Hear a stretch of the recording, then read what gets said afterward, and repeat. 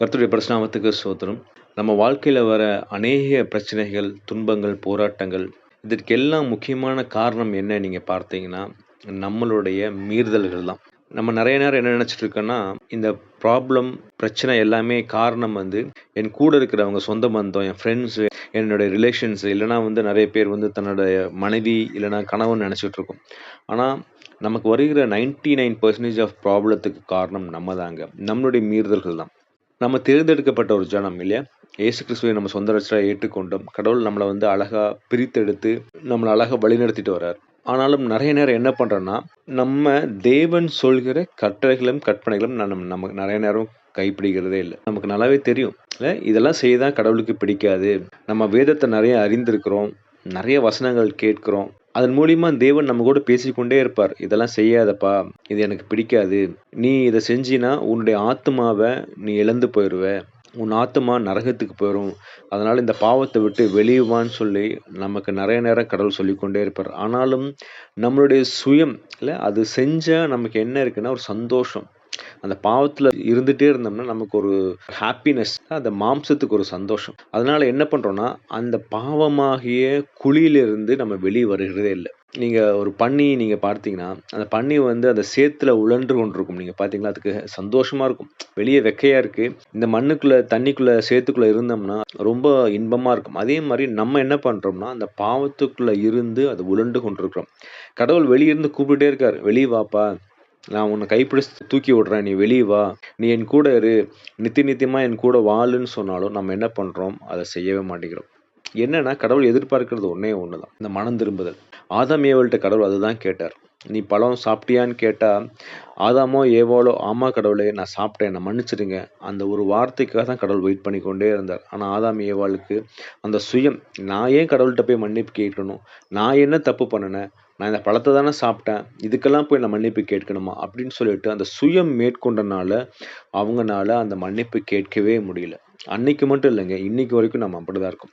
நம்மளுடைய பாவங்கள் நெறைய நேரம் உணர்த்தும்போது, நம்ம போய் கடவுள்ட்ட மன்னிப்பு கேட்கிறதே இல்ல. உன் மனைவி கூட நீ கோவமா பேசிட்ட. உன் கணவன் மேல நீ அன்பா இல்ல. நீ கொடுக்க வேண்டிய கனத்த கொடுக்கல. உன் பிள்ளைகள் மேல நீ அன்பா இல்ல. நெறைய பேர்த்துக்கு வர வேண்டிய ஆசீர்வாதங்கள நீ தடுக்கிற.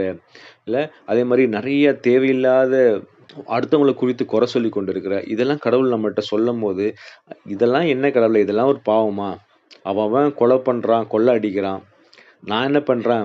இதுதானே பேசுறேன் அப்படின்னு சொல்லி நம்ம ஒரு முரட்டாட்டத்துக்குள்ள இருக்கோம். ஆனா தேவன் எதிர்பார்க்கிறது என்னன்னா, இதெல்லாம் விட்டுட்டு, "நீ என் கூட வா. நீ வந்து பாவத்த விட்டு மனம் திரும்புன்னு" கடவுள் கேட்கிறார். ஆனா நம்ம மனம் திரும்புறதே இல்ல. இஸ்ரவேல் மக்கள் வந்து நமக்கு நெறைய ஒரு சாட்சியுள்ள வாழ்க்கைய வாழ்ந்துட்டு போயிருக்காங்க. நம்ம வாழ்க்கைய நெறைய நேரத்துல வந்து அந்த இஸ்ரவேல் மக்களோட நம்ம கம்பேர் பண்ணிக்கலாம். நீங்க நியாயாதிபதிகள் 10:10 நீங்க வாசிச்சீங்கன்னா, நான் அந்த வசனத்த உங்களுக்கு வாசிக்கிறேன். அப்பொழுது இஸ்ரவேல் புத்திரர் கர்த்தரை நோக்கி முறையிட்டு, உமக்கு விரோதமாய் பாவம் செய்தோம். நாங்கள் எங்கள் தேவனை விட்டு பாகால்களை சேவித்தோம் என்றார்கள். அதுதான். அத சொன்ன உடனே கடவுள் என்ன பண்றார்ன்னா, மனதுருகுறார். ஐயோ! என் மக்கள் கஷ்டப்படுறாங்களே! மனதுருகி கேட்கிறாங்களே! இல்ல அவங்க செஞ்ச பாவத்துக்கு அவங்க மன்னிப்பு கேட்கிறாங்களேன்னு சொல்லிட்டு, அவ்ளோ நாளும் இஸ்ரவேல் மக்கள வந்து அடிமைப்படுத்திக் கொண்டிருந்த அந்த அம்மோன் தேசத்து மக்கள், மோவாபியர்கள், பெலிஸ்தியர்கள் அவர்ட்டருந்து காப்பாற்றுறார். நீங்க நியாயாதிபதிகள் படிச்சுட்டு பார்த்தீங்கன்னா, ஒவ்வொரு தடவ என்ன பண்றாருன்னா, கடவுள் காப்பாத்திக் கொண்டே இருப்பார். பாவத்துல விழுவாங்க, திருப்பி மனம் திரும்புவாங்க, கடவுள் காப்பாற்றுவார். பாவத்துல விழுவாங்க, கடவுள் என்ன பண்ணுவாருன்னா, அங்க இருக்கிற ராஜாக்கள்ட்ட ஒப்பு குடுத்துருவாரு. இவங்க புலம்புவாங்க, "கடவுளே நாங்க பாவம் பண்ணிட்டோம்ன்னு" சொல்லுவாய். மறுபடியும் என்ன பண்ணுவார், கடவுள் ஒரு நியாயாதிபதி எழுப்புவார். அவர் மூலியமாய் அங்க இருக்கிற மக்கள ரட்சிப்பாங்க. இதே தான் கன்டினியூஸா நடந்து கொண்டே இருந்தது. ராஜாக்கள் வர வர அதே தான். ராஜாக்கள் வந்ததுக்கப்புறம் அதே தான். நம்மளும் இன்னைக்கு அப்படிதாங்க பண்ணிட்டுருக்கோம். அந்த பாவத்துல விழுகுறோம். மறுபடியும் வந்து தேவன் நம்மளுக்கு உணர்த்துறார். நெறைய பிரச்சனைகள அலோவ் பண்றாரு. அந்த பிரச்சனைகள் நம்மளால தாங்க முடியல. உடனே நம்ம என்ன பண்றோம், நம்ம தேவனிடத்துல முறையிடுறோம். தேவன் நம்மளுக்கு சில அனுகூலங்கள தரார். மறுபடியும் என்ன பண்றோம், ப்ராப்ளம் எல்லாம் சால்வ் ஆயிடுச்சு. நம்ம மறுபடியும் பழைய பாவத்துக்குள்ள போவோம்ன்னு சொல்லிட்டு நம்ம மறுபடியும் பழைய பாவத்துக்குள்ள போறோம். கடவுள் மறுபடியும் சில பிரச்சனைகள அலோவ் பண்றார். மறுபடியும் வந்து நம்ம புலம்புறோம். மறுபடியும் தேவனிடத்துல போறோம். ஸோ இது ஒரு சைக்கிள் மாரி இல்ல. நம்ம விழுந்து விழுந்து எந்திரிச்சு கொண்டே இருக்கிறோம். ஆனா தேவன் என்ன எதிர்பார்க்கிறார்ன்னா, "நீ என் கூட நித்திய நித்தியமா இரு. என் வசனத்தை கேளு. என் வேதத்தை தியானி. எனக்கு பிரியமாய் நீ வாழ்ந்து கொள். நான் உன் கூட இருப்பேன். உன்னை ரட்சித்துக் கொள்வேன்னு" கடவுள் சொல்றாரு. ஆனா நம்ம அந்த மனம் திரும்புதல் இல்லவே இல்லங்க. அந்த உண்மையான மனம் திரும்புதல். மனம் திரும்புதல் என்னன்னா, நான் பாவத்த விட்டு வெளிய வந்துட்டேன். நான் மறுபடியும் இந்த பாவத்துல விழமாட்டேன். அப்படிங்கிற ஒரு மனம் திரும்புதல் இருக்கா? இல்ல என்னுடைய இந்த பிரச்சனைய சால்வ் பண்ணணும். அதற்காக நான் மனம் திரும்புறேனா? நம்ம இன்னைக்கு யோசிச்சு பார்ப்போங்க.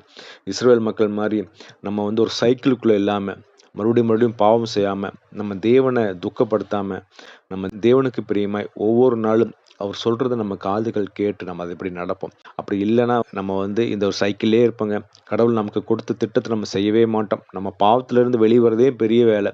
அப்புறம் எப்படி நம்ம தேவனுடைய திட்டத்த செய்ய முடியும்? நமக்காக தேவன் ஒரு பெரிய திட்டத்த வச்சிருக்கிறார்.